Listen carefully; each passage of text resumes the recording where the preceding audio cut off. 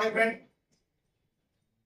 આજે આપણે BCom sem 4 taxation સબ્જેક્ટમાં HNQ 2024 માં પૂછાયેલા ક્વેશ્ચન નંબર 2 જે મૂડી નફો કેપિટલ ગેઇન નો છે. દાખલો જુઓ. શ્રી કેએસ દવે આ પાછલા વર્ષ 2022-23 માટે નીચે મુજબ માહિતી આપી છે. આગામી વર્ષ 2023-24 માટે કરપાત્ર મૂડી નફાની ગણતરી. કરપાત્ર મૂડી નફાની ગણતરી. એની અંદર 5 હેડિંગ આપેલા છે. મિલકતો, રહેઠાણું મકાન છે, શેર બજારમાં નોંધાયેલ શેરો છે, અંગત મોટરકાર છે, ઝવેરાત, રહેઠાણું મકાન. તમને તારીખ આપી છે, વેચાણ તારીખ, વેચાણ કિંમત આપે છે, સેલ પ્રાઇસ, પરચેસ ડેટ, ખરીદીની તારીખ, પરચેસ પ્રાઇસ આપેલી છે, ખરીદ કિંમત અને ટ્રાન્સપોર્ટેશન એક્સપેન્સ ફેરબદલી ખર્ચા. નીચે મિત્રો વધારાની માહિતીમાં એડિશનલ ઇન્ફોર્મેશનમાં અંગત રહેઠાણું મકાન 1 એપ્રિલ 2001 બજાર કિંમત આપેલ છે 10 લાખ. અંદર તમને આપેલા છે ફર્સ્ટમાં 6 લાખ. ખરીદ કિંમત કેટલી હતી? એમાં 1995 ની ખરીદ તારીખ જો પહેલું રહેઠાણું મકાન જે છે હાઉસ, એમાં પરચેસ ડેટ ખરીદીની તારીખ 1/10/1995. પણ આપણે 2001 થી લઈએ છીએ 2025 તો 2001 ની કિંમત આપી છે 10 લાખ. તો આપણે 10 લાખ ધ્યાનમાં લઈશું, 6 લાખ ધ્યાનમાં લેવાશે નહીં. નીચે તમને શેરોની 31/1/2018 ના રોજ બજાર કિંમત વ્યાજબી બજાર કિંમત આપેલી છે 8,50,000. તો આપણે 8,50,000 વ્યાજબી બજાર કિંમતને ધ્યાનમાં લઈશું. હવે નીચે ઇન્ડેક્સ આપેલો છે, એ ગઈ સાલના છે. આ વર્ષનો ઇન્ડેક્સ 348 છે, ચેન્જ થતો જાય છે. તો આપણે દાખલો આ ગણીશું, પણ એનો ઇન્ડેક્સ સૂચક આ આપણે આ વર્ષના નવા લેશું. ક્લિયર? ઓકે. હવે ધ્યાન આપો. સૌથી પહેલા રહેઠાણું મકાન છે નંબર 1.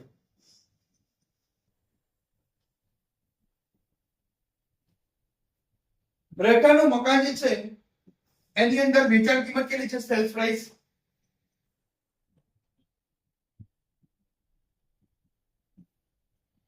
73,35,000.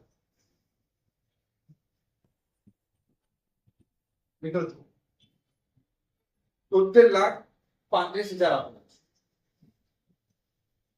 હવે મિત્રો દર વખતે રકમ અલગ અલગ હશે.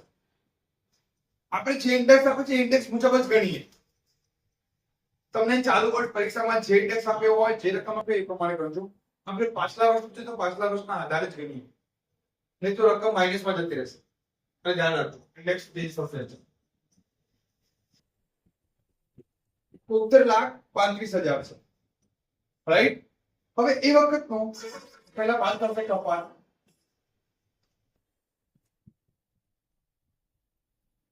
ફેરબદલી ખર્ચા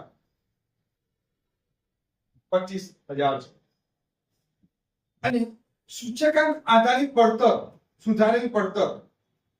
તો આપણે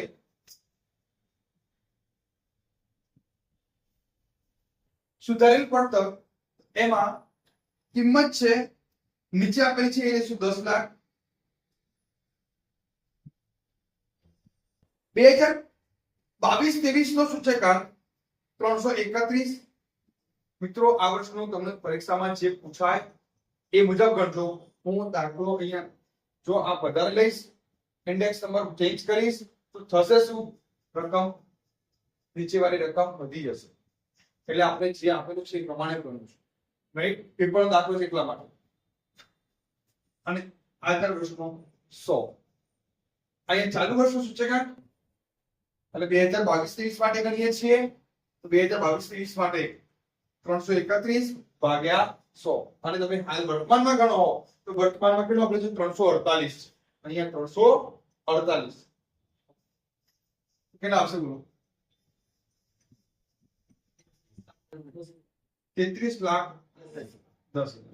ટોટલ 33,35,000 બાદ કરો કેટલા આવે? 40. રાઈટ? અને આમ જો તમે ચાલુ વર્ષનો 348 લો તો કેટલા આવશે 34,80,000 આવે જો ચાલુ વર્ષ પ્રમાણે ગણવો હોય. નંબર 2 શેર બજારમાં નોંધાયેલ શેરો વેચાણ કિંમત છે લિસ્ટેડ શેર બજારમાં નોંધાયેલ શેરો લિસ્ટેડ એની વેચાણ કિંમત કેટલી છે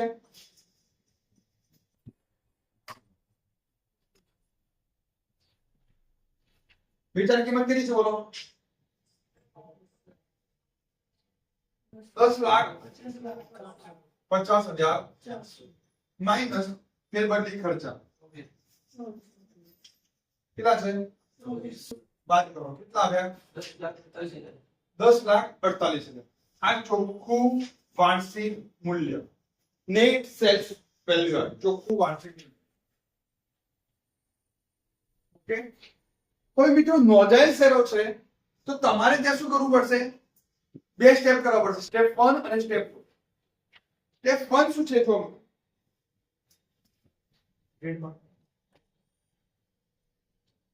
સ્ટેપ 1 મેં શું લખાયું બોલો સ્ટેપ 1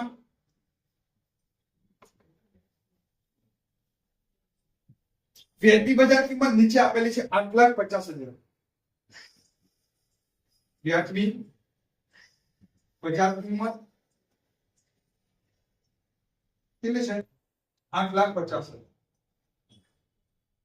અને ચોખ્ખું વાર્ષિક મૂલ્ય કેટલું છે 10,48,000. આ બંનેમાંથી ઓછું મૂલ્ય હોય તે લેવાશે બંનેમાંથી ઓછું મૂલ્ય કેટલું છે 8,50,000. આ સ્ટેપ 1 નું મૂલ્ય પસંદ. હવે સ્ટેપ 2 એની અંદર સ્ટેપ 1 ની કિંમત અથવા સ્ટેપ 1 નું મૂલ્ય કેટલી છે 8,50,000 અને મૂળ કિંમત એની કેટલી છે ખરી કિંમત મૂળ ખરી કિંમત કેટલી આપેલી છે 9,48,000. આ બંનેમાંથી ઉલટું આમાં ઓછું હોય લીધું મિત્રો પહેલા સ્ટેપમાં. હવે આમાં શું લેશું વધુ હોય બંનેમાંથી વધુ મૂલ્ય 9,48,000 એ કપાત તરીકે બાદ મળશે. કેટલો જવાબ આવ્યો 1.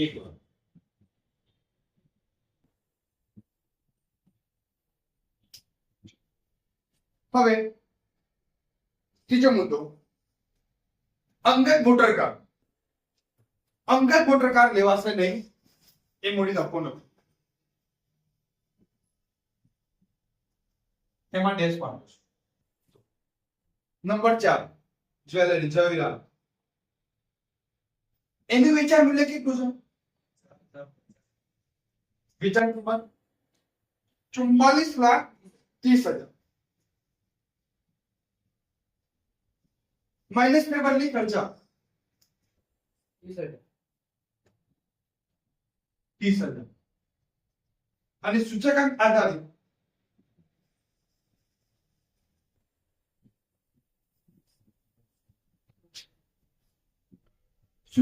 આધારિત કિંમત તો ખરીદ કિંમત કેટલી છે 22 લાખ ગુણ્યા આપણે આ વર્ષે ગણતા હોય તો 348 લેવાનો પેપર મુજબ તો ગણીએ છીએ તો એ વર્ષે 331 ભાગ્યા અને 2014 આપેલું છે ને 220 કેટલા આવે છે 33 લાખ અને વત્તા 30 એટલે 33,40,000 માઈનસ 10,90,000 રાઈટ. હવે રેઠાનું મકાન છે એ આ વર્ષે ઓકે 10 લાખનું કર્યું છે. ચલો એ જુઓ. આનો ટોટલ સરવાળો કેટલા થાય? 15,90,000.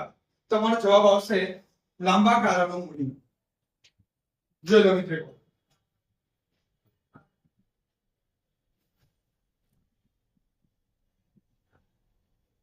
થઈ ગયું મિત્રો.